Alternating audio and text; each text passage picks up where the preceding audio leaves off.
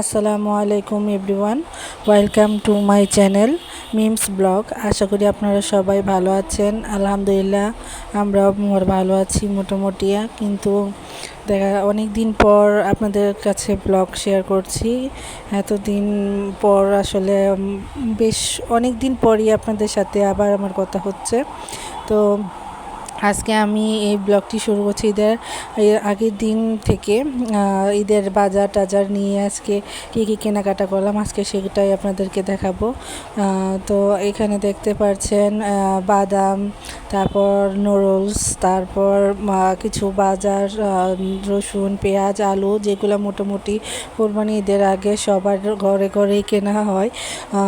যেই বাজারগুলো বেশি প্রয়োজন হয়, যেমন মশলা, তারপর ঈদের যে বাজারগুলো আছে, তার সাথে এখানে নুডলসের পাশাপাশি আমাকে একটা সাথে পানির ওয়াটার পট দেওয়া হয়েছিল। তো এখন আমি বাজার ঈদের জন্য পেঁয়াজ কেটে নিচ্ছি বেশি করে, যেন পরবর্তীতে তাড়াতাড়ি রান্নার কাজে সাহায্য হয়। আর এখানে আদানা বাবা ডিম নিয়ে এসেছিলো, মুরগি নিয়ে এসেছিলো, তো আমি এগুলো গুছিয়ে রাখছিলাম। আর মুরগিটা কেটে নিয়েছি রোস্টের জন্য, আর এইটুকু নিয়েছি হচ্ছে নুডলসে দেওয়ার জন্য, ম্যারিনেট করে রেখে দিয়েছি। তো এখন আমি পায়েস, ঈদের দিনের জন্য পায়েসের জন্য এখন দুধগুলো গরম করে পায়েসটা রান্না করে নেব। তো আমি রাত্রেই পায়েসটা মূলত রান্না করে ফেলি, কারণ দেখা যায় ঈদের দিন সকালবেলা একটু লেট হয়ে যায়। আর সকালবেলা যেহেতু উঠেই আদানের বাবা আগে পায়েস আর নুডলস খেয়ে দেখা যায় নামাজে চলে যায়, তো সেই জন্য আর বাচ্চাদেরকেও সকালবেলায় উঠে খাওয়ানো যায়। তো এই জন্য আর কি পায়েসটা হতেও লেট হয়, এই জন্য রাত্রেই বসিয়ে দিয়েছিলাম।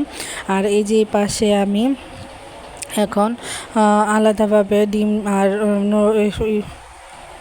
রোস্টের জন্য মাংসগুলো ভেজে নেব। তো আমি দেখছিলাম যে তেলটা গরম হয়েছে কিনা।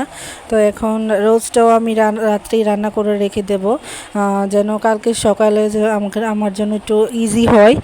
মূলত যেহেতু কোরবানি ঈদ, কাজ অনেক থাকে। কোরবানি ঈদের মধ্যে দেখা যায় গোস্ত বানানো, গোস্ত সব কিছু গুছানো গাছানোর জন্য সময় পাওয়া যায় না। তো এই জন্যই আমি এখন রোস্ট আর হচ্ছে পায়েসটা রান্না করে রাখছি। সকালে দেখা যাবে যে নুডলসটা রান্না করব, আর হচ্ছে পোলাওটা রান্না করব, সাথে গরু গোস্ত রান্না করব। তো এই তো পরে আমি সারা রাতই দেখা গিয়েছে সজাগ থাকার লাগছে, আর কেন জানি ঘুমও আসছিল না। আর এই যে দেখছেন আমার দোলনাটা, এটা আমার আরেকটি স্বপ্ন পূরণের মধ্যে একটি ছিল। অনেক দিন ধরে একটা দোলনার খুব শখ ছিল আমার আর কায়নাত আদনানের। তো আজ আপনাদের সাথে সেটা শেয়ার করলাম। এটা মূলত আদনানের বাবার পক্ষ থেকে আমাদের জন্য একটা সারপ্রাইজ ছিল। আর এই যে দেখছেন এত রাত্রেবেলা মেহেদি দিয়ে বসে আছি। তো এগুলো হচ্ছে বাটা মেহেদি দিয়েছিলাম পায়ে, নাদিয়া মেহেদি বেটে দিয়েছিল। তো বলছিল যে আপু তুমি বাসায় গিয়ে দিয়ে দিও। তো আমিও এই যে এখন মেহেদি দিয়ে নিচ্ছি। এখন বাজে ভোর 5টা। তো আমার পায়েস কিন্তু রান্না হয়ে গিয়েছে, এই যে দেখতেই পাচ্ছেন পায়েস, তারপর হচ্ছে রোস্ট আমার কমপ্লিট হয়ে গিয়েছে। তো এগুলো আমি টেবিলে এনে সাজিয়ে রেখেছি, দেখানো ঠান্ডা হলে জিনিসটা ভালো থাকবে। আর এই যে দেখতে পাচ্ছেন চাল ভিজিয়ে ধুয়ে একদমই করে শুকানোর জন্য দিয়েছে। আর এই যে আমাদের গরু। তো এইবারে আমাদের গরুটা একটু ছোট হয়ে গিয়েছে, তারপর আলহামদুলিল্লাহ আল্লাহর রহমতে, আল্লাহর জন্য, আল্লাহর খুশির জন্য যে কোরবানিটা দিতে পেরেছি। তো এই যে গোস্ত চলে এসেছে, আস্তে আস্তে সব কিছু নিয়ে আসা হচ্ছে। তো এখানে আদনা বাবা সব কিছু ঘরে এনে দিচ্ছে, আর আমি এগুলো গুছিয়ে প্যাকিং করছি।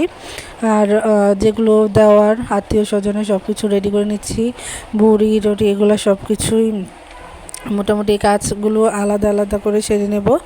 তো এই যে দেখতেই পাচ্ছেন, আসলে কুরবানি ঈদটার মধ্যে মজাই হচ্ছে মাংস কাটা, মাংস দেওয়া এগুলোর মধ্যে। তো আমি এখান থেকে কিছু গোস্ত নিয়ে রান্নার জন্য বসিয়ে দিয়েছি সবার জন্য।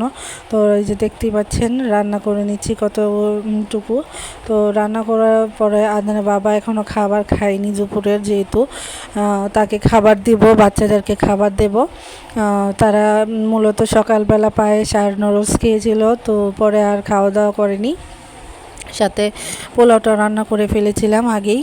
তো এখন গোস্তটা রান্না হয়ে গেলে তাদেরকে খাওয়া দাওয়ার পরে এখন আমি বিকেলবেলা কিছু ফল কেটে দিয়েছি। আজকের ব্লগটি